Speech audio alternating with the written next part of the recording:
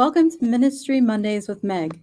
I'm Meg, and it is my joy to bring to you today Ministry Mondays, which is where I invite clergy to have a conversation about what ministry life is like today. I'm joined today by my friend and colleague, Reverend Scotty Robertson. Scotty, thank you so much for being with me today. I appreciate it. Um, Again, my name is Reverend Meg Biddle, and I currently serve at the American Baptist Home Mission Society as the National Coordinator for Ministry Life and the American Baptist Personnel Services.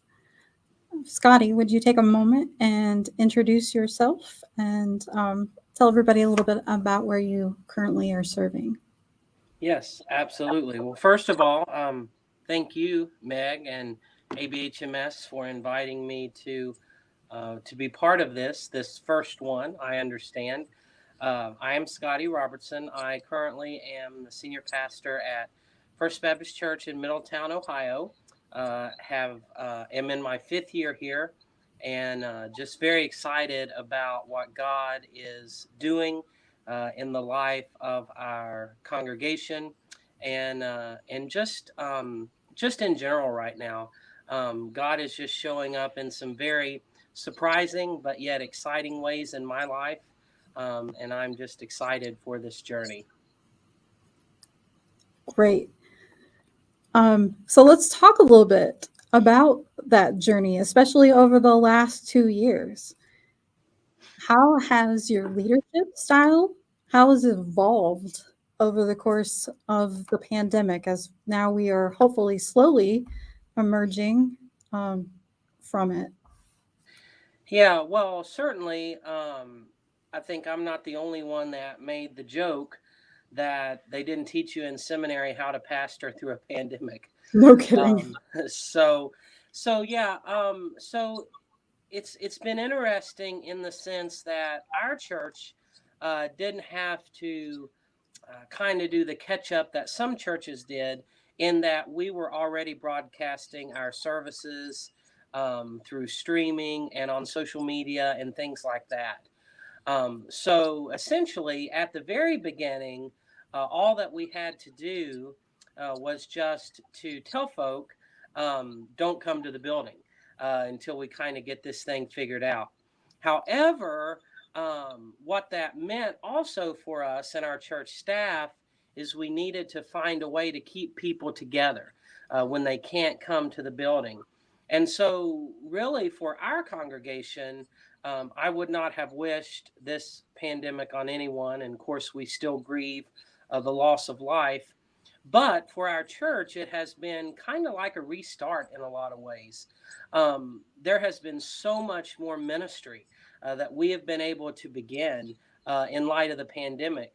And quite honestly, partially because of a grant that we received through the Palmer Foundation with ABHMS.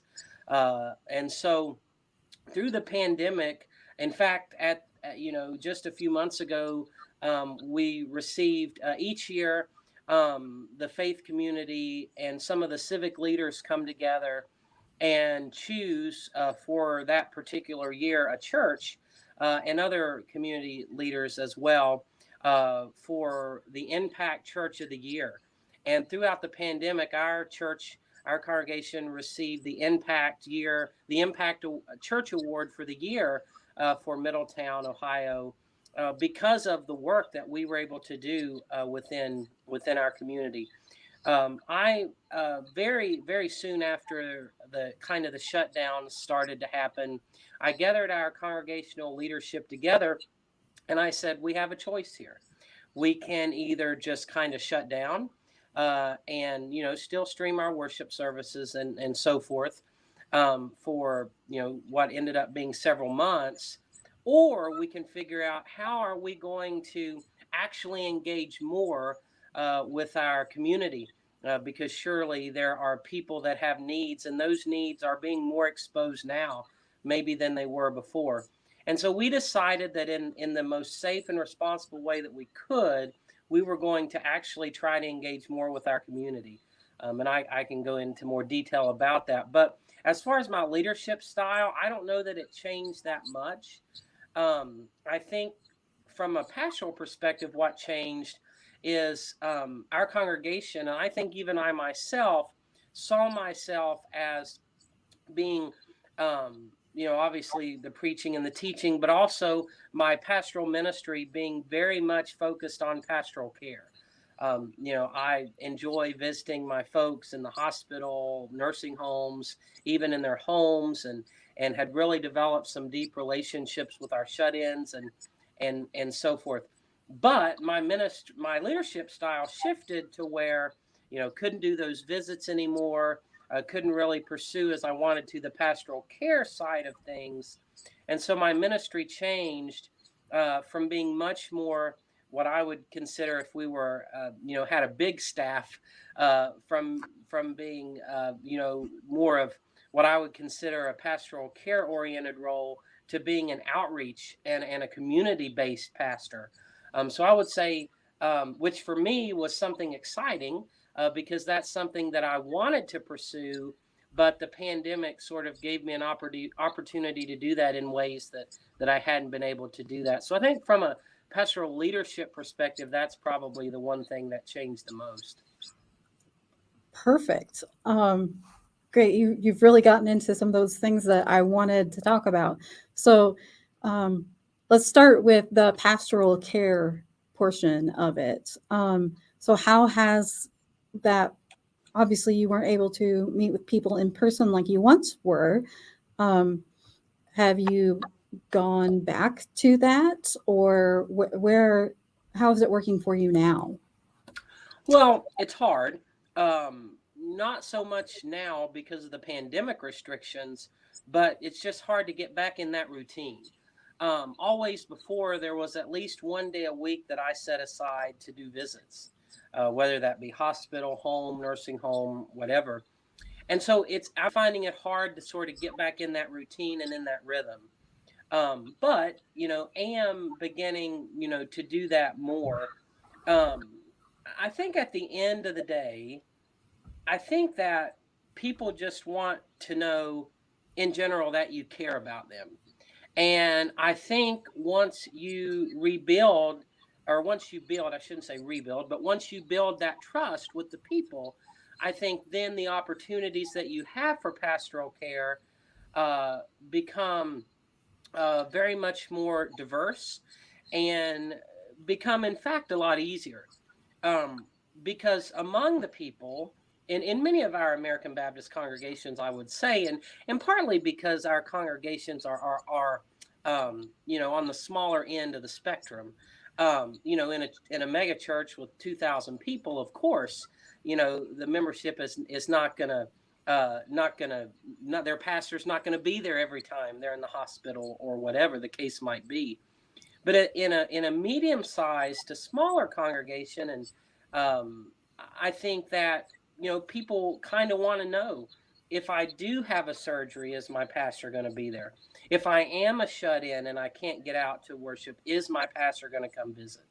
Um, and so I worked pretty hard. I mean, I don't want to sound arrogant, but I'm kind of proud of myself because when I first came here to Middletown, I worked hard at building that relationship with the people. For example, right off the bat, our people were, kind of amazed and just really appreciated the fact that I still did handwritten notes, for people who needed prayer and just to check in on folks and things like that.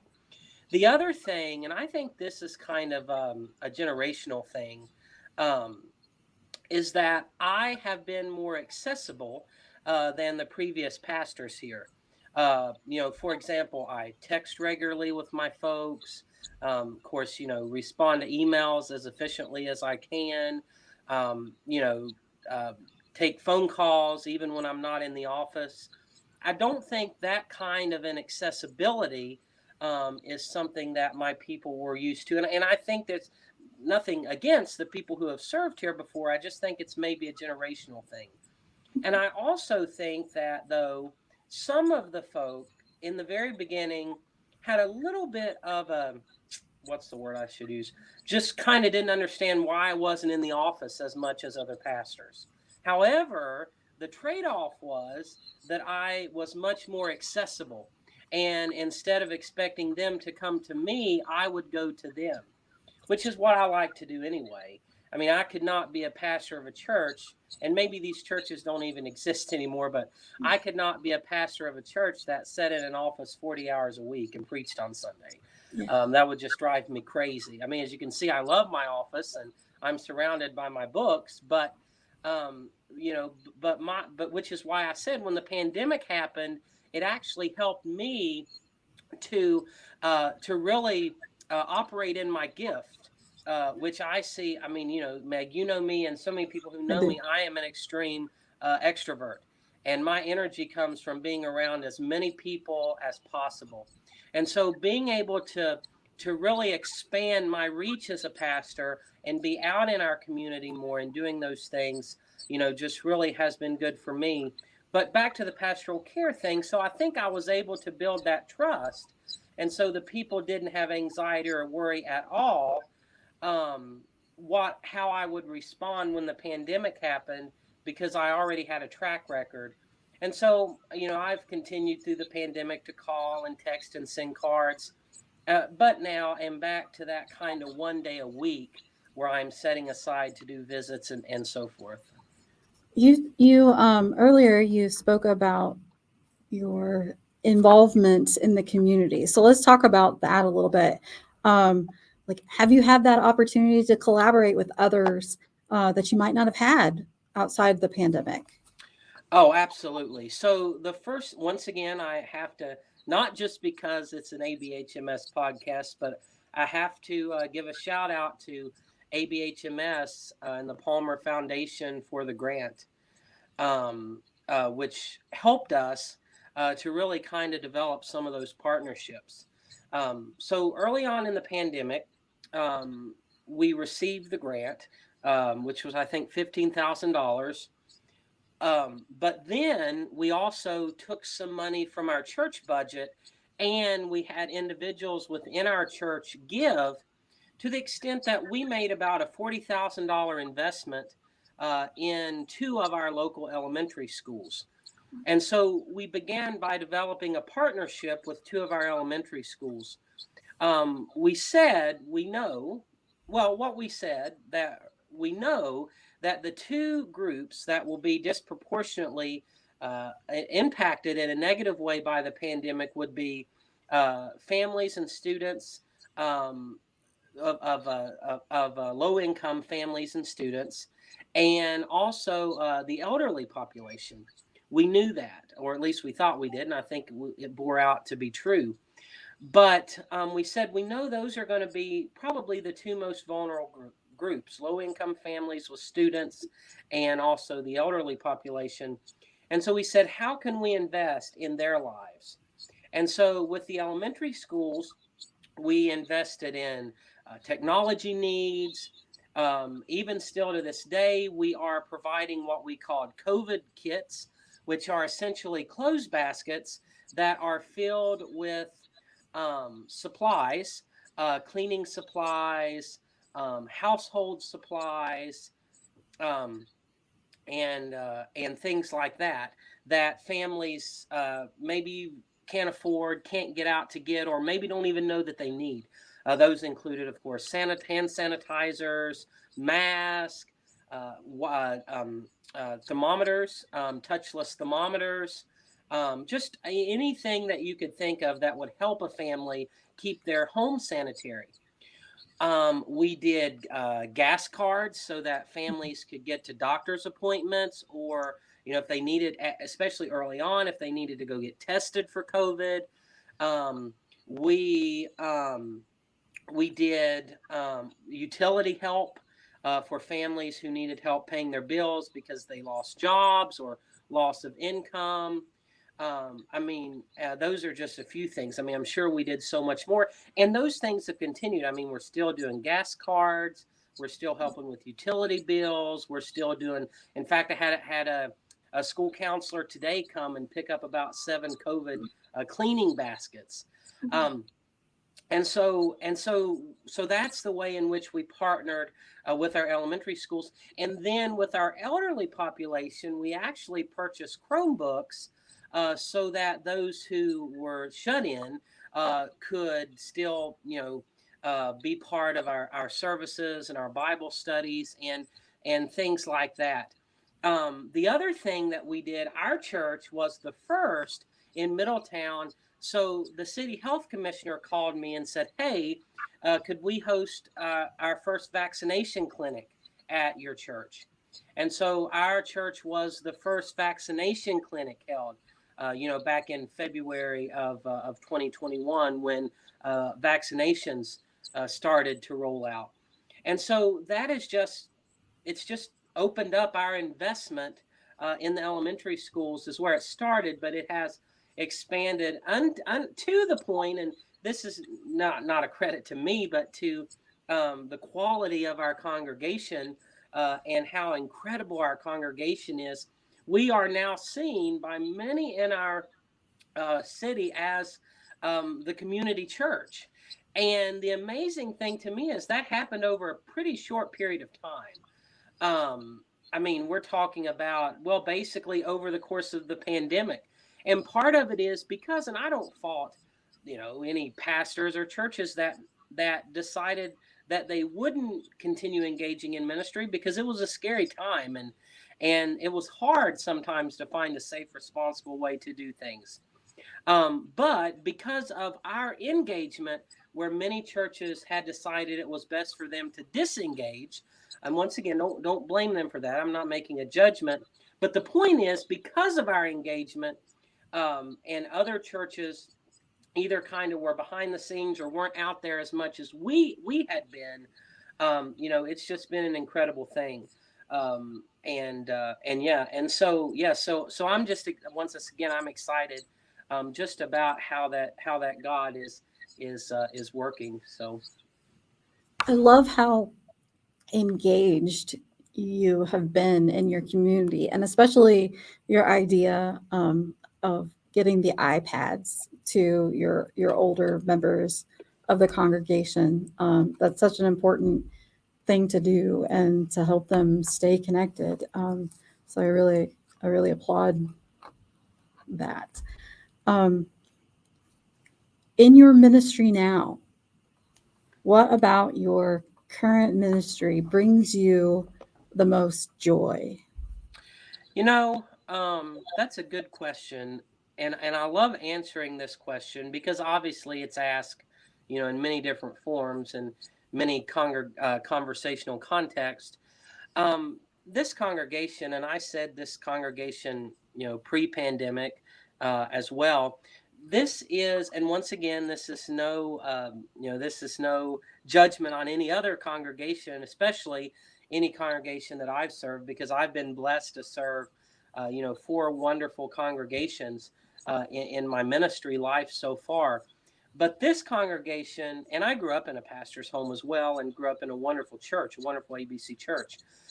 But this congregation is the most generous, loving, caring, compassionate, whatever adjective you want to use, but is absolutely just the best congregation that I have ever been privileged to be a part of. It's just a wonderful, wonderful group of people who love each other and love me as their pastor and serve me as their pastor as much as I serve them, and just have just an incredible ability to see a vision that is laid before them and be excited about that vision and work to put that into practice. Um, I don't know that there is anything that I have ever put before them that they have been more than willing to accept my leadership on, and to buy into the vision, and to serve the Lord alongside me, and to serve the city and the kingdom of God well. I mean, it's just an incredible congregation. I just can't say enough about how wonderful that they are. And so I find joy in the way that I've been able to fall in love with this congregation and the way that they've fallen in love with me. I mean, they give me energy. Uh, Part of that is, I mean, they've always been, I think, a great congregation.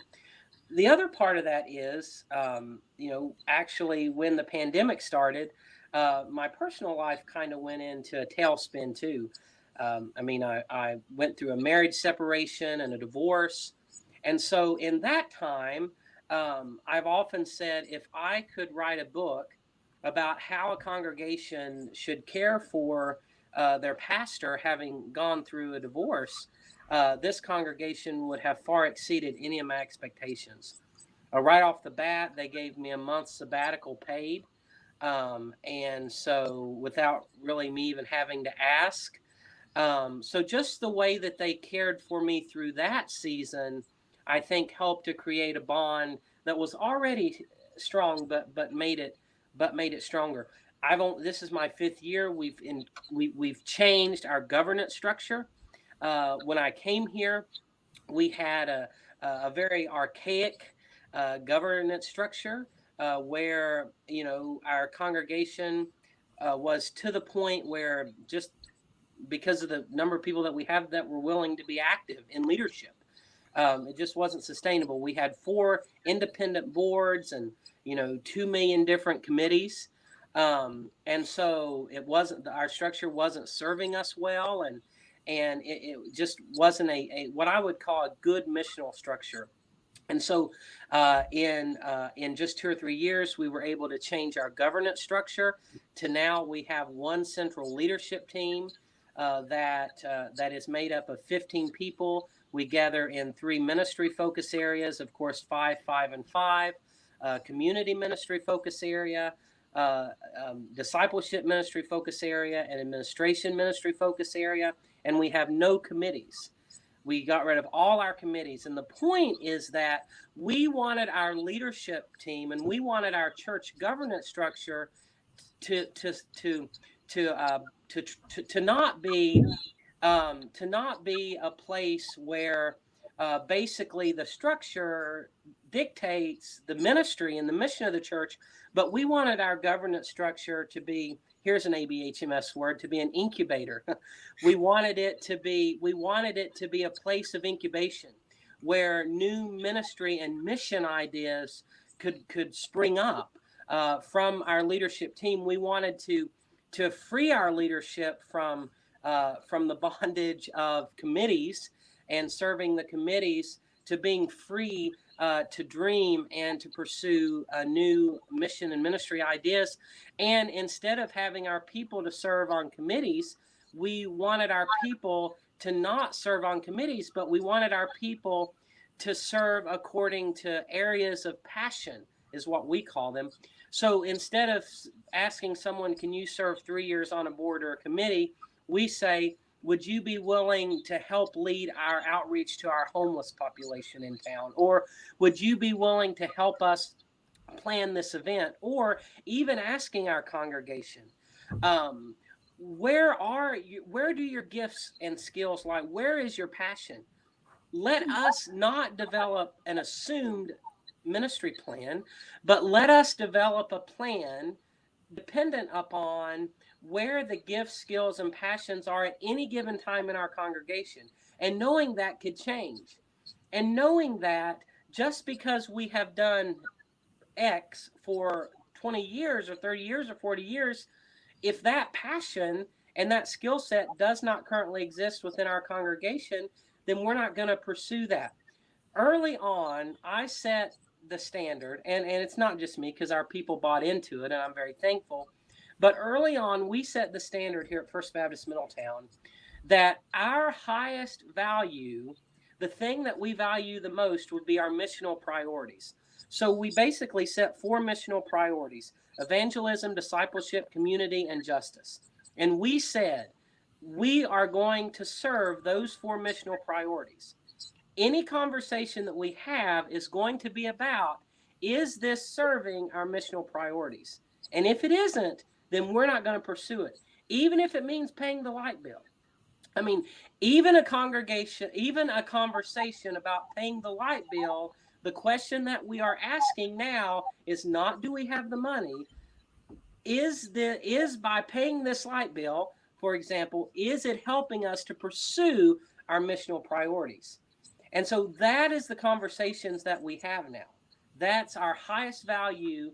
And we don't even allow ourselves to have any conversations anymore unless we can answer the question, by pursuing this, is it helping us to pursue our missional priorities? And once again, we said evangelism, discipleship, community, and justice. Just this week, I'm very excited about this week. Wednesday, we are many of us in our, so every Wednesday we have a group of high school students with special needs that meet in our building for fellowship, Bible study, worship, and so forth. And this coming Wednesday, folk from our congregation are coming to partner with those students. We're calling them buddies, but they're coming in to partner with those students so that people in our congregation can start to build relationships with those students with different abilities, we call them. And then on a Thursday, we're having an informational meeting where there is a care portal, is a new initiative of our Middletown City Schools, which is a database where school counselors, we call them liaisons, um, can can put needs from their families on this online platform, and churches in Middletown that are on this platform can then see the needs and can respond. And so our congregation is starting to become part of this platform, so that once again we can better serve the needs of our families in our schools. And so it's an exciting week even for us here. Every week seems to me there is something new and exciting that we as a congregation are pursuing. I get to spend my time doing these kinds of things. I don't spend my time arguing about the carpet, or I don't spend my time even having, we don't have worship wars here. I mean, and I could have another conversation just about how our worship ministry has been transformed, partly because of the D-Men project that I have just finished. But anyway, the point is, these are the conversations I get to have. And so serving this congregation has always, but continues to bring me great joy. And you just radiate that joy. And I'm just so grateful to have had the opportunity to speak with you about your ministry, even for 30 minutes. Um, I think you should write that book that you're talking about. You should write that book. And as a mom of a differently abled child, I really appreciate the work that you're doing. So thank you for that. We'd love to have you back Absolutely. when we do talk about the evolution of worship and how things have changed. Uh, Yeah, and my D-Men project was on what I called missional worship. So yeah. missional worship. Okay, so we'll plan on having you back again to Sure. talk about missional worship, Absolutely. because I'm sure everyone um, would certainly love to hear about it. So, Scotty, thank you so much for being my very first guest, Yes. for having this conversation with me, Sure. and we just pray God's blessings on you and your ministry, your congregation, as you go forward. Yeah. Well, yeah, thank you. And if I don't see you before then, I'm sure that I'll see you at Space for Grace. So Absolutely. everyone that's listening, here's a plug. Make your plans now to be at Space for Grace. You won't regret it. Yes, join us for Space for Grace in September. That'll be in Kansas and Kansas City. So, and we now plan to do these Ministry Mondays. We're going to make them air at 11 o'clock on Ministry Life on Facebook and on the ABHMS YouTube channel. So please invite friends and family to join us and be a part of this ongoing conversation. Again, thank you, Scotty, so Yeah. much for doing this. I really appreciate it. Thank you. Bye.